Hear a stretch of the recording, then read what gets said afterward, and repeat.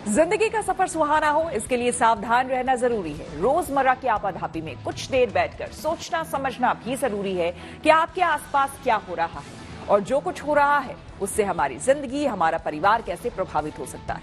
इसलिए हॉर्न बजाकर बाखबर करने वाली खबर जरूरी होती है और आज की ये खबर हम सबकी जिंदगी से जुड़ी है। दिल्ली में सीबीआई की टीम ने छापेमारी कर बच्चा चोर गैंग का पर्दाफाश किया है। दिल्ली के केशवपुरम इलाके से 7 से 8 बच्चों को रिहा कराया गया। इस मामले में एक महिला सहित 8 लोगों को गिरफ्तार किया गया है। आरोप है कि ये गैंग नवजात बच्चों और छोटे बच्चों की चोरी करके मोटी रकम लेकर उन्हें बेच देते थे। लिहाजा बच्चा चोर गैंग से खुद सतर्क हो जाए और दूसरों को भी सावधान करने के लिए हॉर्न बजाए।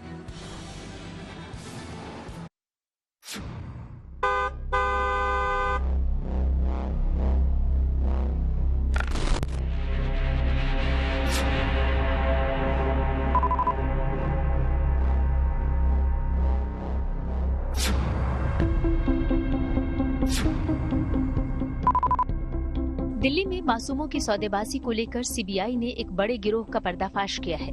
चंद पैसों के लिए नवजातों की खरीद फरोख्त को धड़ल्ले से अंजाम दिया जा रहा था। नवजात बच्चों के खरीद फरोख्त के घिनौने खेल में अस्पतालों में काम करने वाले कर्मचारी भी शामिल थे।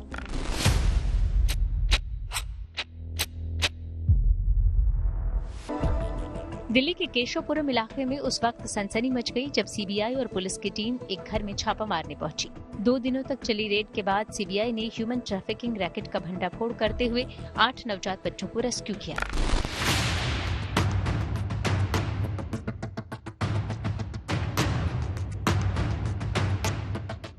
मकान नंबर 3711, गली नंबर 9, केशवपुरम, दिल्ली।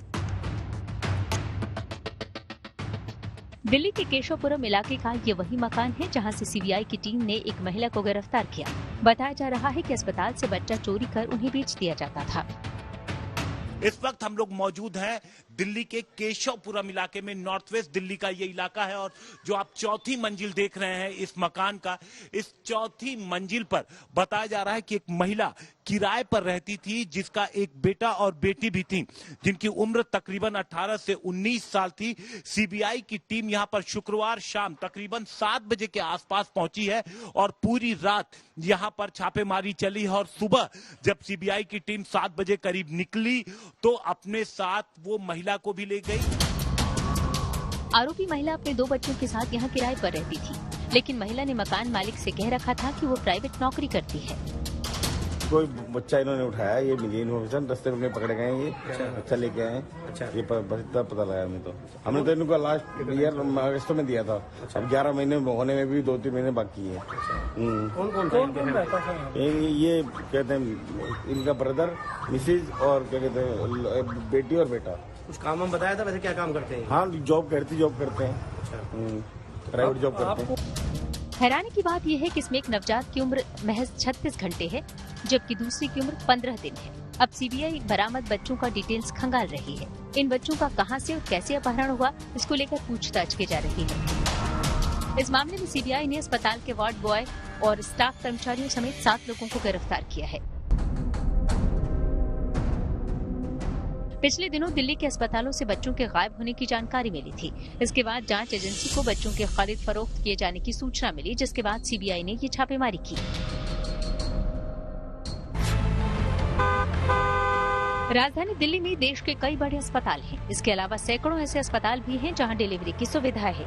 ऐसे में कुछ अपराधी इसका फायदा उठाकर मैटरनिटी वार्ड से बच्चे को उठा ले जाते हैं और उनको बेच देते हैं। पकड़ में आए इस मॉड्यूल के काम करने का तरीका बड़ा सिस्टमैटिक था। सबका काम अलग अलग तय था। एक ग्रुप ये पता करता कि छोटे बच्चे कहां पर हैं, नवजात बच्चों की जानकारी मिलते ही वो ये मैसेज आगे बढ़ाता। फिर दूसरा ग्रुप मौका देखते ही उन बच्चों को चोरी कर लेता और फिर उन्हें जो ठिकाने बनाए गए थे दिल्ली के अलग अलग इलाकों में, रोहिणी, द्वारका, केशवपुरम, वहां पर उन बच्चों को पहुंचा दिया जाता जहां से उनका सौदा किया जाता था। सीबीआई की टीम ने जो 7 से 8 बच्चों को बरामद किया है उनमें से 2 बच्चे तो केशवपुरम से ही बरामद किए गए, जिनमें से एक की उम्र महज 2 दिन के आसपास है। एनसीआरबी की रिपोर्ट पर नजर डालें तो ये आंकड़े डराने वाले हैं।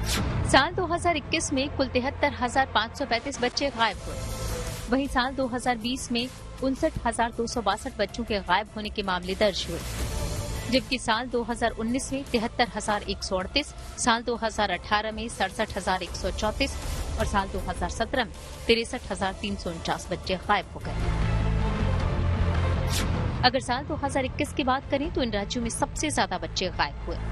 मध्य प्रदेश 11,607, पश्चिम बंगाल 9,996, तमिलनाडु 6,399, दिल्ली 5,772 और राजस्थान से 4,936 बच्चे गायब हुए। पुलिस के मुताबिक मानव तस्करी के इस काले धंधे में कई लोग शामिल हैं। नवजात बच्चों को काले बाजार में वस्तुओं के रूप में खरीदा और बेचा जा रहा था। शुरुआती जांच में मामला नवजात बच्चों की खरीद फरोख्त का लग रहा है। फिलहाल सीबीआई की टीम इस मामले में बच्चों को बेचने वाली महिला और खरीदने वाले व्यक्ति से पूछताछ भी कर रही है। वहीं सूत्रों के हवाले से खबर ये भी है कि इस मामले में सीबीआई की जांच कई राज्यों तक पहुंच चुकी है और कई प्रमुख अस्पताल जांच के दायरे में है। सीबीआई और पुलिस की जांच में ये भी पता चला है कि इन बच्चों को 4 से 5 लाख रुपए तक की मोटी रकम में बेचा जा रहा था। लिहाजा बच्चा चोरी गैंग से खुद सतर्क हो जाएं और दूसरों को भी सावधान करने के लिए हॉर्न बजाएं। दिल्ली से Himanshu Mishra, good news today.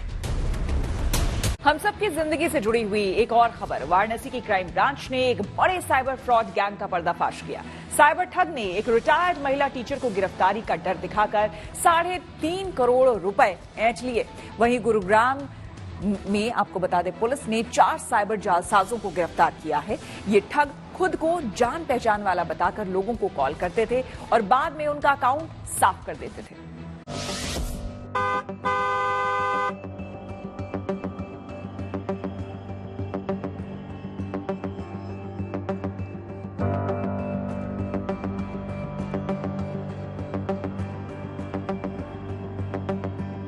दुनिया में जैसे जैसे टेक्नोलॉजी एडवांस हो रही है, वैसे वैसे साइबर ठगों की तादाद भी बढ़ती जा रही है। साइबर पुलिस ऐसी ठगी को रोकने के लिए लगातार अभियान चला रही है, लेकिन ठगी करने वाले क्रिमिनल हर वक्त नए नए तरीकों से ठगी करते हैं और जब लोग इनके साइबर जाल में फंसना बंद कर देते हैं तो ये लोग कोई न कोई नया तरीका खोज लेते हैं और इनकी साजिश में लोग आसानी से फंस जाते हैं। पुलिस की गिरफ्त में आए ये शख्स साइबर ठग हैं, जो पलक झपकते ही लोगों को लाखों लाख का चूना लगा देते हैं। यूपी की वाराणसी पुलिस ने ठगी के सरगना समेत 8 शातिरों को गिरफ्तार किया है, तो वहीं गुरुग्राम की साइबर क्राइम पुलिस ने ठगी करने वाले 4 लोगों को गिरफ्तार कर एक बड़े रैकेट का भंडाफोड़ किया है।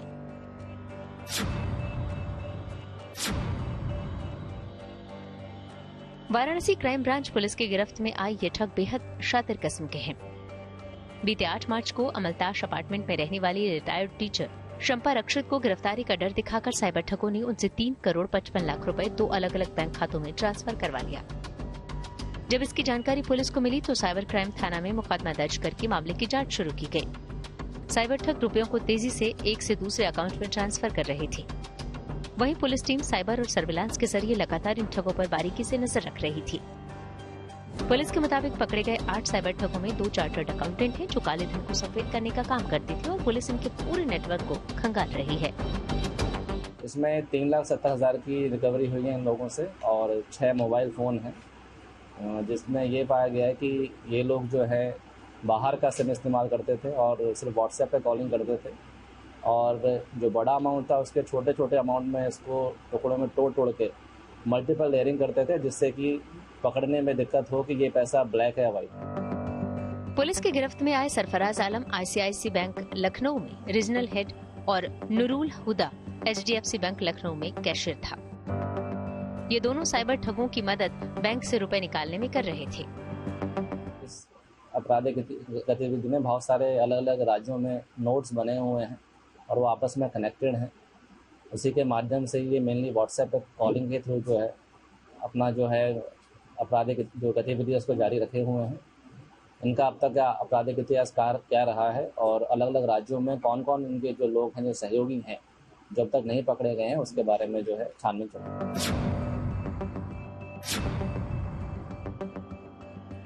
गुरुग्राम की साइबर थाना पुलिस ने 4 साइबर ठगों को गिरफ्तार कर एक बड़े रैकेट का पर्दाफाश किया है। ये ठग लोगों को कॉल करके उन्हें डरा देते थे, कहते थे कि आपके रिश्तेदार की तबीयत खराब है और उन्हें अस्पताल में भर्ती कराया है।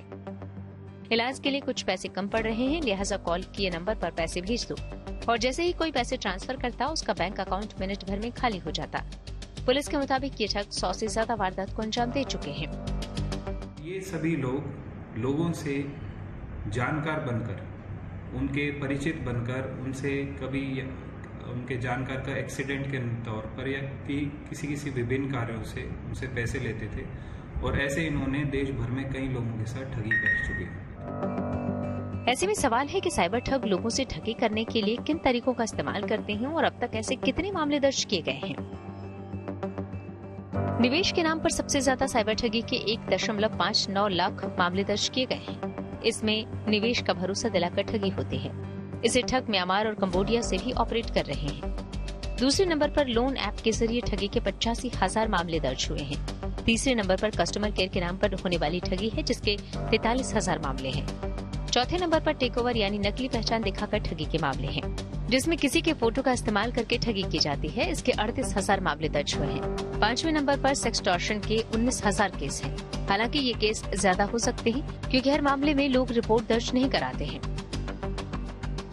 लिहाजा साइबर ठगी से बचने को लेकर खुद सतर्क हो जाएं और दूसरों को भी सावधान करने के लिए हॉर्न बजाएं। वाराणसी से रोशन जायसवाल और गुरुग्राम से Neeraj Vashishtha, good news today.